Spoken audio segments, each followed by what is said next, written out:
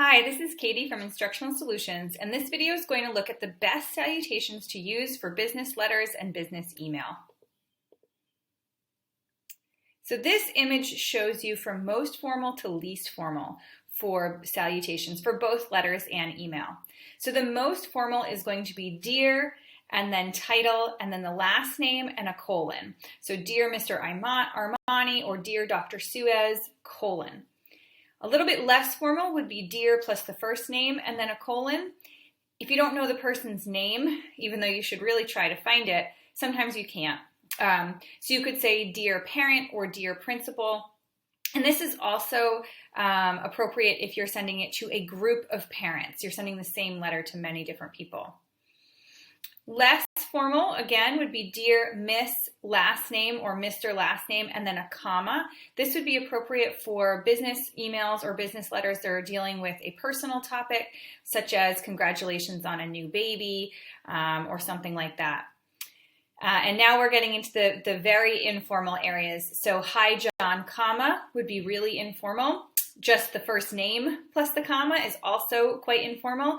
And then sometimes you can get away with using no salutation.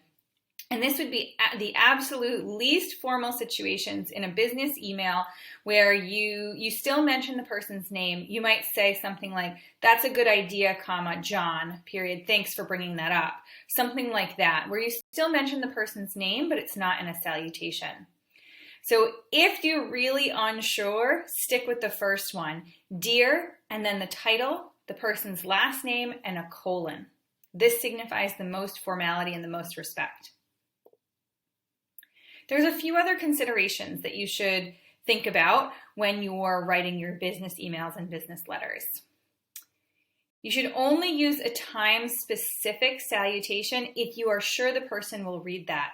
I have been guilty of this, of writing something that says good morning, and then my colleagues don't read it until after lunch.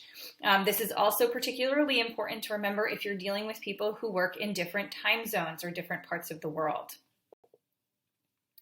You always want to list people in the order of rank or alphabetized by their last name or their first name if they are all the same rank. And this is when you have multiple people in the salutation and you have to list them out individually. You should use the title that is preferred by the woman if it is a woman that you're writing to. So if they prefer Mrs., Ms., or Miss, make sure that you use the one that they prefer. And if you really don't know, use Ms. because that covers everybody.